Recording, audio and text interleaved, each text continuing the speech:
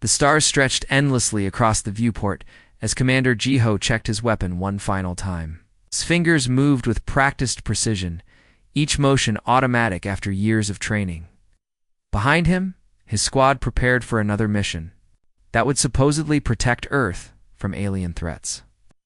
He had no reason to doubt their purpose. The Galactic Council chamber buzzed with quiet conversation as ancient beings discussed the latest reports from their human assets. Council leader Vextar's multiple eyes gleamed with satisfaction as he reviewed the data streams flowing across his neural interface. The humans had exceeded every expectation, proving themselves to be the most effective military force the Council had ever deployed. Remarkable creatures, Vextar murmured to his aide. They fight with a brutality that would make the Cathari weep, yet they spare civilians with a compassion that baffles our enemies. Perfect weapons with built-in moral constraints. The aide nodded nervously. The psychological profiles continue to show strong loyalty to their mission parameters. They truly believe they are protecting their homeworld. 300 years earlier, when Council scouts first detected the radio signals emanating from the third planet of Sol, they had expected to find another primitive species suitable for basic labor or resource extraction. Instead, they discovered something far more valuable. Humanity possessed a unique combination of traits that made them ideal for the Council's darker purposes. Humans could be incredibly violent when threatened, yet they formed deep emotional bonds that prevented them from becoming mindless killers. They adapted quickly to new technologies and showed remarkable tactical creativity. Most importantly, they had an innate sense of justice that made them willing to fight for causes they believed in.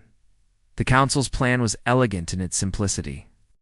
They would not conquer humanity directly, which might spark unpredictable resistance.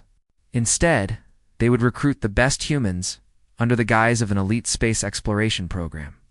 These volunteers would be told they were pioneers, Canias, protecting Earth's expansion into the galaxy. Jiho remembered his recruitment day clearly. He had been a young military officer, eager to serve his country and planet. The recruiters spoke of humanity's destiny among the stars, of threats that Earth couldn't handle alone, of the honor of being chosen for such an important mission. He had signed up immediately, as had thousands of others. The training worlds were carefully designed to reinforce the deception. Humans lived in comfortable facilities that resembled Earth's military bases. They received regular communications from Earth Command that were actually generated by Council psychologists. Their missions were presented as preemptive strikes against species that planned to attack Earth. Sora adjusted her tactical display, reviewing the intelligence briefing for their next target. The data showed a species called the Melody who had supposedly developed weapons capable of destroying entire solar systems. The briefing included intercepted communications about planned attacks on Earth colonies. "These aliens are getting more dangerous," she said to Taman, who was organizing his explosive charges. "The Council intelligence says they're planning to hit civilian targets." Taman nodded grimly. "Good thing we're here to stop them. I won't let them hurt innocent people." Neither of them suspected that the Malodi were actually peaceful traders who had dared to challenge the Council's monopoly on certain rare minerals. The intercepted communications were fabricated, and the supposed weapons were actually mining. Equipment.gho studied the mission parameters one more time. Their target was a Melody research station on the edge of their territory. Intelligence suggested it was developing biological weapons for use against human settlements. The mission was simple: eliminate all personnel and destroy the facility. As their transport ship approached the target, Jiho felt the familiar mixture of determination and unease that preceded every mission. He pushed the doubts aside, focusing on his duty to protect Earth and its colonies. His squad trusted him. He would not let them down. The Melody research station appeared on their sensors exactly where intelligence had predicted. It was smaller than expected, with minimal defensive systems. Jiho found this concerning rather than reassuring. If they were developing such dangerous weapons, why weren't they better protected? "Maybe they're overconfident," Sora suggested when he voiced his concerns. "Or maybe they think they're too remote to be discovered." The assault began at dawn, local time. Jiho's squad moved with lethal efficiency, their advanced weapons cutting through the station's defenses like paper. The Melody defenders fought bravely, but were hopelessly outmatched. Within hours, the station was secured as Jiho walked through the facility, searching for evidence of the supposed weapons program. He found something that made his blood run cold. The research stations contained botanical labs, medical facilities, and what appeared to be a nursery. There were no weapons anywhere, just families trying to survive on the frontier. The truth hit him like a physical blow. They had just massacred civilians, including children. The dangerous weapons were farming equipment and medical supplies. The intercepted communications about attacks on Earth were actually discussions about trading agreements. For the first time in his career, Commander Jiho began to question everything he had been told about their mission. The doubt was small, but persistent. Like a crack in a foundation that would eventually bring down the entire structure. The Council's perfect. Weapon was beginning to think for itself. The transport ship hummed quietly as Jiho and his team approached their next target. The mission briefing had been clear. Eliminate a terrorist cell that was planning attacks on human settlements. Intelligence reports showed they had stolen weapons and were preparing to strike civilian targets. Sora checked her equipment one final time. The briefing said these terrorists have been hitting supply convoys. They're getting bolder. Taman nodded as he prepared his charges. We'll stop them before they can hurt anyone else. Jiho still felt uneasy from their last mission. The images of the Melody families haunted his sleep, but he pushed those thoughts away. Perhaps intelligence had made a mistake. It happened sometimes in war. The target location was a small asteroid base in a remote system. As their ship approached, Jiho noticed something odd. The base had minimal defenses, and their sensors detected multiple life signs that seemed unusually scattered throughout the facility. Strange layout for a terrorist base, Sora observed, studying her tactical display. Why would they spread their forces so thin? The assault began smoothly. Jiho's team breached the outer defenses and moved into the facility. What they found inside made them stop in confusion.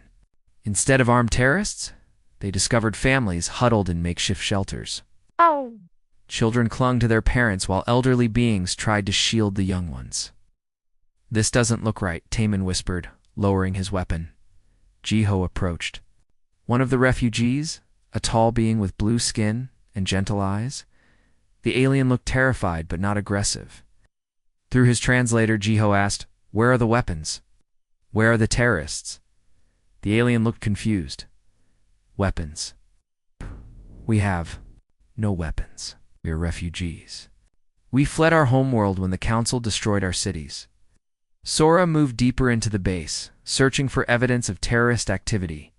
Instead, she found medical supplies, food stores, and sleeping areas filled with personal belongings. Everything suggested these were displaced families, not dangerous criminals. In what appeared to be a communication center, Jiho discovered something that changed everything. Hidden among the refugee supplies was a data storage device containing intercepted Council communications. As he accessed the files, his hands began to shake. The documents revealed the truth about humanity's role in the galaxy. Humans were not protectors or explorers. They were weapons, carefully crafted by the Council to eliminate political enemies and maintain control. Every mission they had completed was designed to serve Council interests, not protect Earth. One file contained a conversation between Council leaders discussing human forces. "The humans remain useful," one voice said. "They believe they are heroes while doing our dirty work. Their emotional nature makes them perfect for missions we cannot officially authorize," another voice replied. "What about casualties among the human units? Acceptable losses. We can always recruit more from their homeworld. They breed quickly and are eager to serve." Jiho felt sick as he read through more files. Every mission, every target, every supposed threat to Earth had been a lie. The Melody families they had killed were innocent civilians. The terrorist bases they had destroyed were refugee camps and peaceful settlements. He called Sora and Taman to see the evidence. Their reactions mirrored his own shock and anger. Sora stared at the data in disbelief, while Taman slammed his fist against the wall. "We've been killing innocent people," Taman said, his voice breaking. "All this time, we thought we were protecting Earth." Sora reviewed the files more carefully. "Look at this," she said, pointing to a section about human military units. They have casualty projections for our forces. They expect us to die in these missions and don't care. The documents revealed that the Council viewed human soldiers as expendable resources. Dangerous missions were assigned to human units because their losses were considered acceptable. If too many humans survived, the Council would create more dangerous assignments to reduce their numbers. News of the discovery spread quickly through the human military network. Some soldiers refused to believe the evidence. They had invested too much of their lives in the lie to accept the truth. These loyalists argued that the documents were fake, planted by real terrorists to divide human forces. But others, like Jiho's team, felt the weight of betrayal crushing down on them. They began to remember strange things they had ignored before. How their communications with Earth were always filtered through Council systems. How they never received direct contact from human authorities. How their missions always seemed to benefit Council member species. Lieutenant Hyjin, who commanded another human unit, contacted Jiho through secure channels. "I've been thinking about our last 5 missions," she said. "Every target we eliminated was later replaced by Council-friendly governments. That's not a coincidence." Meanwhile, in the Council chambers, emergency sessions were being held. Council leader Vexstar reviewed reports of human units asking questions and requesting verification of mission parameters. "The weapon is becoming self-aware," his aide warned. "Several units have refused recent assignments pending further investigation." Vexstar considered their options. "We could activate the kill switches embedded in their technology, eliminate the troublesome units, and recruit fresh humans. That might alert the remaining humans to the danger. They are more clever than we initially calculated." The Council had created the perfect weapon, but they had underestimated the human capacity for independent thought and moral reasoning. The bonds between human soldiers, forged through shared danger and common purpose, were stronger than their programming. Jiho looked at the refugee families around him and made a decision that would change the galaxy forever. Jiho stared at the communication equipment in the refugee base, his mind racing. The evidence of the Council's deception was overwhelming, but he knew that sharing it with just his team would not be enough. Every human unit across the galaxy needed to know the truth. "Can we access the Council's main communication network?" From here, he asked Sora, who was examining the alien technology. Sora nodded slowly. "The refugees have been monitoring Council transmissions. Their equipment is more advanced than I expected. With some modifications, we might be able to send a galaxy-wide broadcast." Taman looked up from where he was helping refugee children find food. "That's going to bring the entire Council fleet down on us." "They're already planning to eliminate us," Jiho replied grimly. "We're expendable, remember? At least this way. Other human units will know what they're really fighting for." Working through the night, Sora managed to hack into the Council's communication network. The system was designed to reach every human military unit simultaneously for emergency orders. Jiho would use that same system to deliver a very different kind of message. As dawn broke across the asteroid base, Jiho prepared his broadcast. He looked into the camera, knowing that thousands of human soldiers across the galaxy would soon see his face. Behind him, refugee families watched nervously, understanding that their fate depended on what happened next. "My fellow humans," Jiho began, his voice steady, despite the weight of what he was about to reveal. "My name is Commander Jiho. I'm speaking to you from what we were told was a terrorist base, but the beings behind me are not terrorists. Are refugees, families with children, fleeing Council oppression."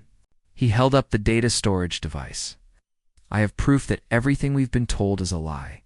We are not explorers. We are not heroes. We are slaves, created by the Council to do their dirty work while they keep their hands clean." The broadcast continued as Jiho shared the classified documents, intercepted communications, and the video evidence of Council leaders discussing human forces like disposable tools. He showed the refugee families, the children who had been marked for elimination, the peaceful settlements they had destroyed based on false intelligence. "The Council has been using us to eliminate their political enemies," Jiho explained. "Every mission we've completed has served their interests, not Earth's."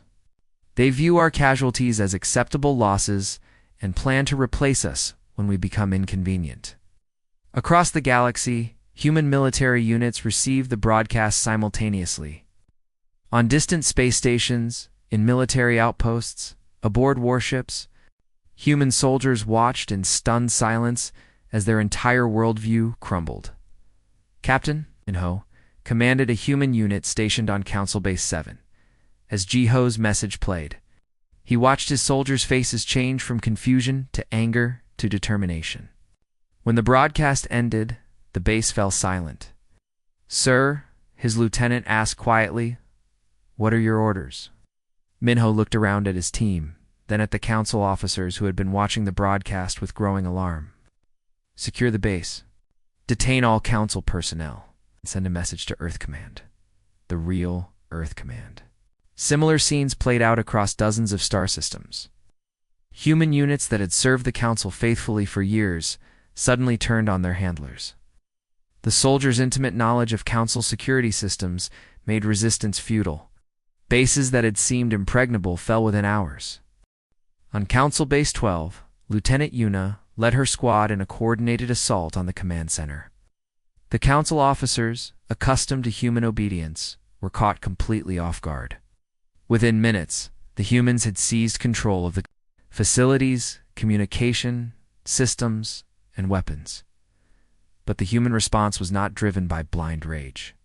As they secured each base, they made a point of protecting alien civilians and treating prisoners humanely.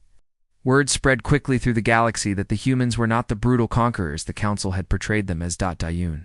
Communications Specialist found herself face-to-face with a group of Malodi civilians who had been imprisoned on her base. The same species her unit had been told were dangerous terrorists.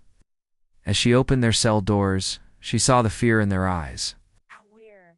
"Not going to hurt you," she said gently through her translator. "We're here to help." The eldest Melody looked at her with confusion. "But you are the Council's warriors. You destroyed our research stations." Dayun felt shame wash over her. "We were lied to. We thought we were protecting our people, but we were just following orders from beings who saw us as weapons." News of the human uprising spread rapidly through galactic communication networks. Species that had lived in fear of human military units watched in amazement as these same soldiers risked their lives to protect alien civilians. On a council mining world, Wujin's unit discovered alien workers being held in terrible conditions. Instead of following their previous orders to maintain council operations, they began evacuating the workers and providing medical care. "Why are you helping us?" asked one of the workers, an insectoid being whose species had been enslaved for generations. "Because it's the right thing to do," Wujin replied simply. "We should have been doing this all along." The Council's most feared weapon had become their greatest threat, but not in the way anyone expected. Instead of unleashing destruction, humans were spreading hope and freedom across the galaxy. As reports flooded in from across the galaxy, it became clear that everything had changed. The Council's secret weapon had awakened, and they would never be slaves again. The Council's emergency session was filled with angry voices and flashing lights. Council leader Vexstar stood before the assembled representatives, his multiple eyes burning with fury. The holographic displays around the chamber showed red markers across the galaxy, each one representing a human uprising. "The human weapon has turned against us," Vexstar declared, his voice echoing through the chamber. "They have become a rogue species, a threat to galactic peace. I call for their immediate extermination." The vote was swift and unanimous. Within hours, the Council's remaining military forces received their orders: eliminate all human units across the galaxy. No prisoners, no negotiations, no mercy. But the Council had made a critical error. They had spent years training humans to be the perfect military force, teaching them advanced tactics, weapons, systems, and strategic thinking. Now those same skills were being turned against their creators, Captain. Minho reviewed the tactical situation from his captured base. His team had intercepted Council military communications and knew what was coming. The Council fleet approaching. Their position was 3 times larger than his forces, But Minho had advantages they didn't expect. They trained us to think like them, he told his squad. But they never learned to think like us. The first council attack came at dawn. Their ships approached in standard formation, expecting to overwhelm the human defenders with superior numbers. Instead, they found empty space. The humans had abandoned their fixed positions and were using guerrilla tactics, striking from unexpected angles and disappearing before the council forces could respond. So Dashra coordinated the defense from a hidden command post. She had studied council military doctrine for years and knew their weaknesses. Their commanders were cautious, preferring overwhelming force to creative tactics. They expected enemies to fight honorably, in predictable patterns. Strike the supply ships first, she ordered. Without fuel and ammunition, their battle fleet becomes useless. The human attack was swift and precise. Small teams of fighters destroyed the council's supply lines, while larger forces distracted their main fleet. Within hours, the mighty council armada was stranded, their ships running on emergency power. But the humans didn't press their advantage with brutal efficiency. Instead, they offered surrender terms to the council forces. Many alien soldiers, seeing human mercy firsthand, began to question the stories they had been told about human brutality. Lieutenant Hejin faced a captured council officer, a being whose species had been allied with the council for centuries. The officer expected torture or execution, but instead found himself offered medical treatment and decent food. "Why do you show me kindness?" the officer asked through his translator. "Your species is supposed to be savage," Hejin considered the question carefully. Maybe that's what they wanted you to think. Maybe they wanted everyone to fear us so much that nobody would listen when we tried to tell the truth. News of human victories spread throughout the galaxy, but so did stories of human compassion. Species that had been told to fear the human weapon began to see a different picture. Humans protecting alien civilians, treating prisoners well, and fighting only when necessary. Daeun worked frantically in the captured data centers, searching through classified council files. What she found was even more disturbing than the truth about humanity's role. The council had been using and discarding species for thousands of years. "Look at this," she called to Jiho, pointing at her display. The Cathari were used as shock troops 200 years ago. When they began asking questions, the council labeled them as threats and had them eliminated. The files revealed a pattern that stretched back centuries. The council would identify species with useful traits, manipulate them into serving as weapons or tools, then discard them when they became inconvenient. Entire civilizations had been erased from galactic history. "The Maladi aren't the first peaceful species we've been tricked into attacking," Daeun continued. "The council has been using us to eliminate dozens of species that challenged their authority." Jiho studied the evidence with growing anger. "How many civilizations have they destroyed using us as their weapon?" "At least 30 that I can confirm. Probably more." Daeun's voice was quiet with the weight of what she had discovered. "The difference is that we refuse to stay discarded." Word of these revelations spread through the human network and beyond. Wu Jin, commanding human forces on the Galactic Rim, began reaching out to survivor populations of the species the Council had tried to eliminate. Many had been hiding in remote systems, afraid to reveal themselves. "We offer you alliance," Wu Jin told a group of Melody survivors.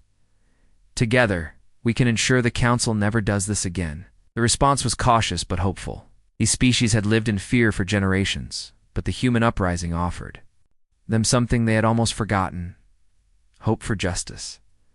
As more species learned the truth about the Council's methods, the galactic community began to fracture. Worlds that had been loyal to the Council for centuries started declaring independence. Trade routes collapsed as species refused to cooperate with Council authority. Yuna intercepted a desperate Council communication. Out. "Multiple systems are in open revolt," the message read. "The human revelation has destabilized our entire network of alliances. Need immediate reinforcement." But the Council's reinforcements were busy dealing with their own rebellions. The human uprising had become something much larger. A galactic revolution against centuries of manipulation and oppression. The hunters had become the hunted. Us. And the Council's perfect weapon had become the spark that would reshape the galaxy forever. The war that followed changed everything. What had begun as a human uprising became something far greater. Across the galaxy, species that had been oppressed for centuries found courage in human determination. They watched as humans fought not for conquest, but for freedom.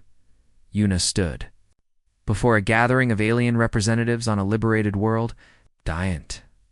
Behind her, the symbols of council authority had been torn down and replaced with flags representing dozens of different species. The meeting hall buzzed with languages that had been forbidden under council rule. "We don't want to rule you," Una told the assembled beings. "We want to fight beside you. Your freedom is our freedom." The response was overwhelming. Species that had been enemies for generations, manipulated into conflict by council schemes, now stood together against their common oppressor. The Melades shared their advanced medical technology. The Cathari survivors provided intelligence about council, military tactics. Even former council loyalists began switching sides as the truth spread. Dagyun continued her work in the data centers, uncovering more evidence of council manipulation. Her discoveries helped convince wavering species that the humans were telling the truth. Each revelation brought new allies to their cause. "I've found something incredible," Dagyun reported to Jiho during one of their encrypted communications. "The Council has been falsifying historical records for thousands of years. Many of the ancient conflicts between species were actually manufactured by them to maintain control." The Council's response was desperate and brutal. They retreated to their heavily fortified homeworld, calling back their remaining forces from across the galaxy. Their propaganda broadcasts became increasingly frantic, warning of human savagery and alien chaos. But their words rang hollow.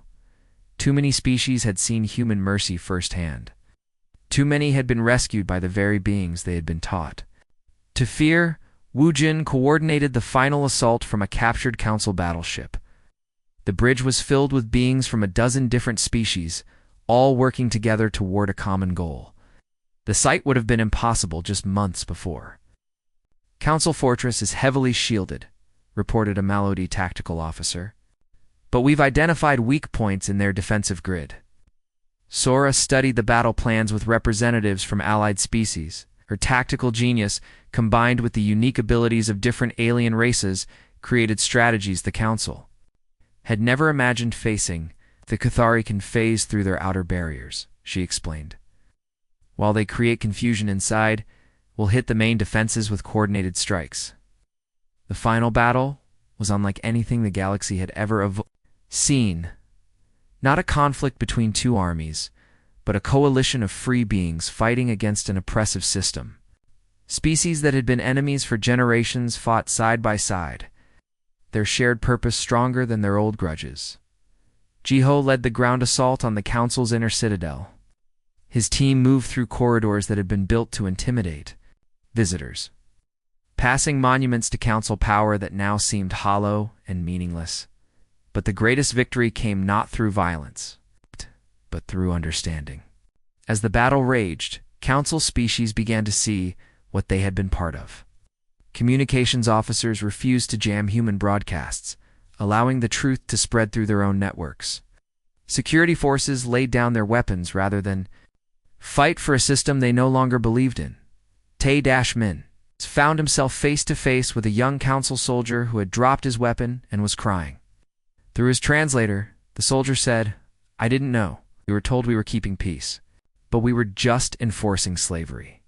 "You know now," Taemin replied gently. "That's what matters. Help us build something better."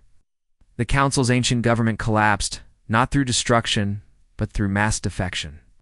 Even their own people could no longer support a system built on lies and manipulation. In the aftermath, humanity faced a choice that would define their future. They had the military strength to become the new galactic overlords. Their tactical brilliance and determination had proven superior to anything the galaxy had seen. Many species would have accepted human rule willingly, but during the victory celebrations, Jiho gathered his fellow commanders for a crucial discussion. The meeting took place in the former council chambers, where decisions had once been made by a few for the many. Could rule this galaxy, Minnow observed. We have the power and the support. That's exactly why we shouldn't, Jiho replied.